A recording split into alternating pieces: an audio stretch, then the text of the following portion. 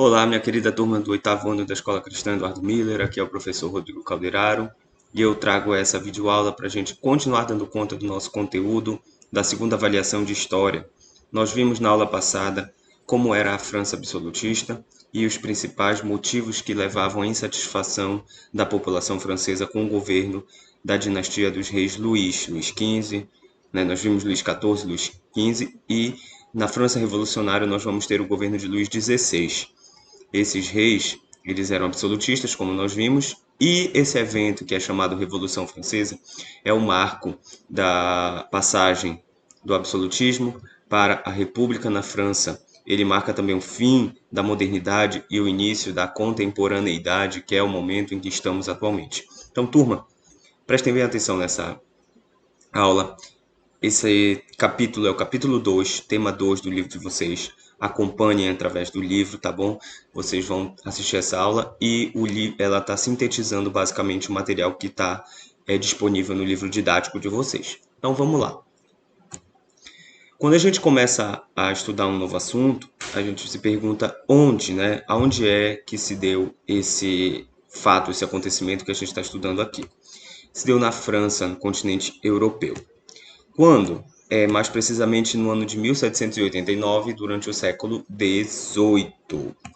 E qual foi o contexto? A gente já viu, a crise do absolutismo na França e a ascensão da burguesia francesa vão pressionar aí a sociedade e a monarquia para a tomada de decisões, para uma mudança realmente na base de governo que está em vigor na França no século XVIII.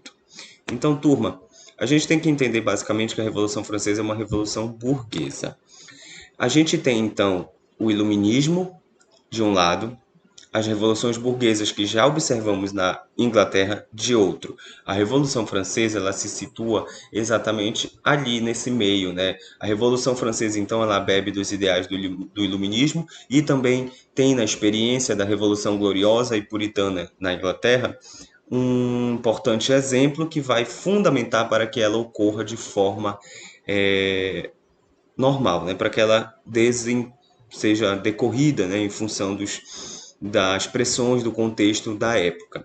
O que a gente tem que entender é que a Revolução Francesa marca o fim da modernidade e o início da contemporaneidade. Então, dentro daquela classificação em que nós temos pré-história, Idade Antiga, Idade Média, o Renascimento, depois a gente tem a Idade Moderna, que é a idade que marca o início da formação dos Estados nacionais na Europa. A gente vai ter aí o fim dessa Idade Moderna, quando acontece a Revolução Burguesa. Essa é uma divisão didática, né? Ela serve só para fins de ensino, ela não serve para fins práticos, mas para fins de organizar a linha histórica, né? A linha do tempo do conhecimento histórico, a gente marca aí a Revolução Francesa como o evento que dá fim à modernidade e dá início à idade contemporânea, que é a idade atual. Então, a gente já viu que é uma revolução de caráter eminentemente burguês, né? Vai ter também participação de classes populares, mas para a gente entender como foi que se organizou essa revolução, a gente vai ver a seguir relembrar como era a França do Luís XVI. A França em que Luís XVI governava, ela tinha altas despesas com guerras. A gente viu aí guerras, a Guerra dos 100 Anos, que a França já viveu com a Inglaterra, a Guerra dos 30 Anos, que foi mais recente, e essas guerras geram muitas despesas, despesas que vão influenciar aí no custo de vida da população. Além de altas despesas com guerras, guerras que esse rei que tomava a decisão, pois ele era absoluto, ele não tinha nenhuma consulta à população, se a população realmente de fato queria, desejava as guerras.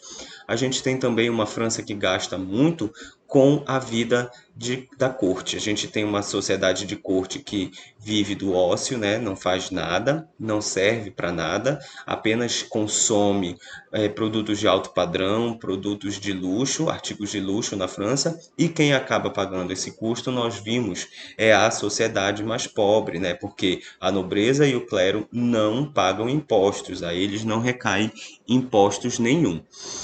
O atraso tecnológico que a França vivia também era um importante fator. A França ainda não tinha sido industrializada como a sua nação inimiga, a Inglaterra, se industrializou, então ela vivia em um atraso tecnológico, ainda vivia basicamente da agricultura.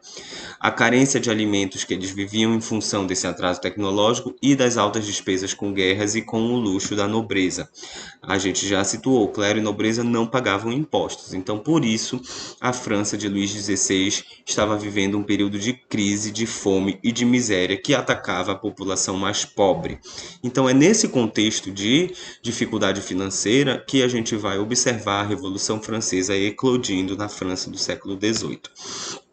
Para a gente entender como se organizou essa revolução, a gente vai entender a organização social da França antes, né? A França, antes da revolução, estava estruturada em 3 estados. O primeiro estado era o clero, o segundo estado a nobreza e o terceiro estado eram os burgueses, os camponeses, a população mais pobre e miseráveis. Então, o que a gente tem que entender? Que ali o rei, quando ele convocava alguma assembleia, ele convocava a assembleia dos estados, né? E acabava que a gente percebe que aqui nessa pirâmide, o terceiro estado, que é a maioria da população, ele está sustentando o clero e a nobreza. Quando o primeiro e o segundo estado gozam de plenos direitos e participação política. Vou explicar melhor para vocês. Quando que em 1787 o rei decide criar assembleias provinciais, ele estrutura essas assembleias em 3 estados, o primeiro, o segundo e o terceiro.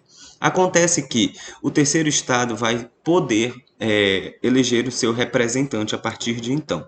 Só que o terceiro estado, ele é a maioria da população e ele elegia alguns representantes que nem sempre davam conta de todos os interesses do terceiro estado, ou seja, dessa maioria da população.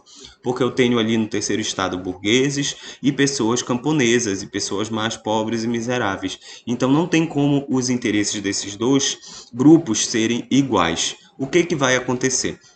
Além dessa dificuldade que vai ter uma representação única, né, entre o terceiro estado, a nobreza e o clero, eles vão ter interesses em comum, interesses afim.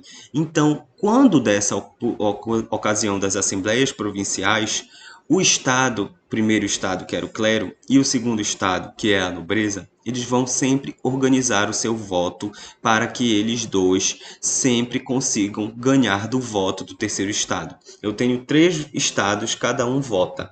Só que o interesse do terceiro estado é divergente do interesse do segundo e do primeiro estado. O interesse do segundo estado é o mesmo do primeiro. Então esses dois vão se unir, né? Esses dois vão se unir e esses dois vão sempre votar juntos. Esse voto do terceiro estado, então, vai sempre perder. Então, existe aí um problema dentro dessas assembleias provinciais que vai gerar a revolta do terceiro estado. Então, vai ter que ser convocada, ali o rei vai convocar a Assembleia dos Estados Gerais, que tem aí a imagem na página de vocês também. Cada tópico desse, cada slide desse está tratando de um tópico do livro de vocês. Então, vocês vão folheando aí de acordo com o que vocês possuem. Estou sem o livro aqui, não posso indicar a página para vocês. Mas os Estados Gerais foi uma assembleia que o rei promulgou para discutir melhorias para a França, envolvendo então os 3 estados, nobres, membros do clero, e o terceiro estado representado pelos burgueses e camponeses. Só que nessa assembleia, como eu já lhes falei, existia aí então essa desigualdade. Existia que o segundo e o primeiro estado votavam juntos e o terceiro estado sempre votava, tinha seu voto perdido, né? Então, o terceiro estado decide romper com esse mecanismo de Assembleia dos Estados Gerais e pede para a formação de uma Assembleia Constituinte, com o objetivo de promulgar uma nova Constituição que modificasse essa realidade aí dos 3 estados na França. Então, o rompimento do terceiro estado e a formação da Assembleia Constituinte vai marcar o início das agitações civis aí que vão ser observadas na França do século XVIII. Então, com esse rompimento do terceiro estado e com a formação da Assembleia Constituinte, a gente vai ter aí o início de severas agitações sociais. A França vai viver uma série de conflitos civis, né, entre camponeses, burgueses contra as forças nacionais, né, o exército profissional da França. Então, a Assembleia Constituinte vamos dizer assim, vai marcar o radicalismo do terceiro estado. Os sans-culottes são aquelas pessoas que não estão providas de nobreza ou de riqueza. Sans-culotte quer dizer sem culotte. A gente vê que os nobres, eles utilizam aqui uma roupa, como vocês podem ver, uma calça apertada, que apertava e marcava os quadris, né? Então, as pessoas que não têm esse poder aquisitivo não possuem essas roupas que marcavam os quadris, como a gente observa aqui nessa imagem dos Estados Gerais. Ali no cantinho esquerdo da imagem, vocês veem dois nobres, né? E eles usam roupas que têm, assim, vamos dizer, um volume, né, nos quadris. Os sans-culottes são pessoas que não têm, que são desprovidas dessas vestimentas e, portanto, são desprovidos de riqueza. São eles que vão ser os responsáveis pelo radicalismo no terceiro estado. São eles que vão pegar em armas, são eles que vão efetivamente procurar os seus direitos na luta armada, nas guerras. Então, dentre esses episódios de insurreição civil, o mais importante é a tomada da prisão da Bastilha. A Bastilha era uma prisão que funcionava como o símbolo do poder da França, o símbolo do absolutismo. O rei Luís XVI mandava prender qualquer pessoa lá, nesse lugar chamado a Bastilha, e essa prisão, ela significava, então, um símbolo do autoritarismo do rei na França. Então, no dia 14 de julho de 1789, os revoltosos, liderados ali pelos sans-culottes no terceiro estado, eles vão conseguir tomar a prisão da Bastilha, vão entrar em guerra com a Guarda Nacional, com a nobreza, e vão, enfim, tomar essa prisão, vão conseguir libertar os presos que ali viviam. Por que que esse foi eleito o episódio pelos próprios franceses como o marco da Revolução Francesa? Porque a Bastilha funcionava como um símbolo do poder autoritário do rei. Então, invadir essa prisão e libertar os presos significava, então, vencer uma batalha importante. Estava sendo destruído ali um símbolo do absolutismo francês. Então, depois da tomada da Bastilha, é convocada a Assembleia Nacional Constituinte com o objetivo de formar uma nova Constituição que serve para limitar os poderes do rei. É simples, turma. O rei não está dando conta de governar a França porque está em uma crise financeira e uma crise social. Diversos conflitos estão sendo vividos na França. A saída é reformar esse governo. Então, o rei vai chamar uma Assembleia Nacional Constituinte, onde vai ter os 3 estados presentes para formar uma nova Constituição. E aí a gente vai ter uma nova Constituição, né? A Assembleia Nacional Constituinte, ela vai dar origem a uma Constituição nova, com novas leis, e entre elas o término do absolutismo. O rei então passaria agora a ser controlado por uma nova Constituição que limitava os seus poderes. E essa nova Constituição, ela tinha a formação da monarquia parlamentarista, né? Ela previa que a França agora tornar-se-ia uma monarquia parlamentarista, ou seja, o poder do rei estava sujeito ao poder do parlamento. E o parlamento, então, seria composto pelos 3 estados, tá? E aí a gente tem também, junto com a Assembleia Nacional Constituinte, a Declaração dos Direitos do Homem e do Cidadão, em 1789. Essa Declaração dos Direitos do Homem e do Cidadão é uma parte da Constituição Francesa e é aquela parte que ficou mais famosa na Revolução Francesa, porque é esse documento que ele vai conter ali os ideais que marcaram a Revolução Francesa, os ideais de liberdade, igualdade e fraternidade. A gente vê então que tem na França a promulgação de uma Constituição fundamentada nos ideais do iluminismo, né?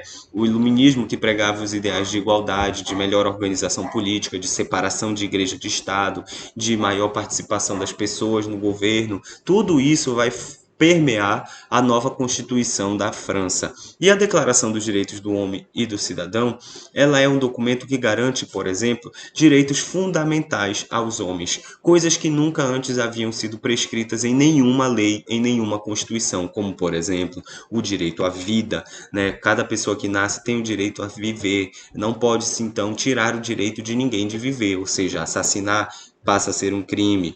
Por exemplo, todos vão ter o direito de ir e vir, ninguém vai poder barrar a passagem de uma pessoa, por exemplo, por um campo que não seja privado, né? A entrada em alguma propriedade que não seja privada. Então, vão existir, pela primeira vez numa Constituição e numa lei, a previsão de direitos que hoje são conhecidos como fundamentais, né? O direito à igualdade, né? Todos nascem iguais perante a lei, né? Então, perante a lei, todas as pessoas são iguais. Não quer dizer que todo mundo é igualzinho um ao outro. Quer dizer que todos têm os mesmos direitos. Então, esses tipos de direitos fundamentais, eles vão nascer aí na Revolução Francesa com essa Declaração dos Direitos do Homem e do Cidadão. Então, gravem bem essa parte, porque ela é muito importante e vai ser constantemente retomada. Alguns detalhes da nova Constituição Francesa. Ela vai dividir o poder, então, em dois poderes. Vai terminar o absolutismo e vai ser colocados dois poderes para o governo francês. O executivo, fundamentado na pessoa do rei, e o legislativo, fundamentado na instituição do parlamento. A monarquia, então, passa a ser constitucional e não mais absolutista, e essa Constituição prevê a diminuição dos privilégios econômicos que o clero e a nobreza possuíam durante o regime absolutista na França. Então, eles não vão mais estar tão isentos de impostos, eles vão ter que contribuir com os impostos para poder manter o país. E o poder militar e as relações internacionais foram atribuídas ao poder legislativo. Essa foi uma medida encontrada pelo parlamento para retirar das mãos do rei, desculpa, o poder de ele fazer guerras. Então, o poder militar então não estava mais a serviço do rei. Porque o rei, comandando o exército, ele comandava a seu bel prazer a morte e a captura de quem fosse inimigo dele. Já as relações internacionais, o rei ele entrava em guerra com a nação inglesa e com as outras nações vizinhas. Então, o rei era visto como um péssimo detentor desse poder militar e um péssimo diplomata. Então, esses poderes foram retirados da mão do rei e foram entregues ao parlamento. Então, agora o parlamento que era responsável por declarar guerras e alianças e no país da França. Então, essa nova Constituição ela retirou do rei muitos poderes, tá bom? A gente vai tratar então, nas páginas seguintes aí do material de vocês, ele traz um destaque para a participação feminina na Revolução Francesa. As mulheres, a França vivia uma grande desigualdade de gênero, né? Ou seja, os direitos que eram dados aos homens não eram dados às mulheres. O voto, por exemplo, na França, ele era dado somente a homens, ele não era dado para as mulheres. Então, existia aí uma desigualdade de gênero. As mulheres, elas não tinham tantos direitos nem participação política quanto tinham os homens. Então, as mulheres também vão participar dos protestos com o fundamento de querer ganhar mais direitos, né? Elas vão participar nos protestos que vão incluir as lutas armadas para que elas adquirissem mais direitos. Até que, com tantos protestos que elas viviam, elas foram proibidas de entrar no parlamento, porque as mulheres elas eram bastante agitadas, né? Elas pegavam em armas, elas pegavam, como a gente vê nessa imagem, elas estão liderando aqui canhões, né? Elas estão indo à frente da luta mesmo. Os protestos nas Assembleias Nacionais Constituintes, durante a promulgação da nova Constituição, as mulheres vão ser muito ativas, então vão ser proibidas de entrar no parlamento para poder proferir, né, para poder falar das queixas. Então, em 1793, essas mulheres não vão mais ser permitidas a entrada delas no parlamento, mas elas vão continuar se organizando na frente do parlamento, protestando, pegando em armas, fazendo piquetes, etc. Então, o destaque da participação feminina aí na Revolução Francesa é esse. Elas viviam numa França que tratava com desigualdade, né? Dava aos homens certos direitos e às mulheres não dava esses direitos. Aí as mulheres vão participar ativamente nesses protestos com fins de adquirir mais direitos, tá bom?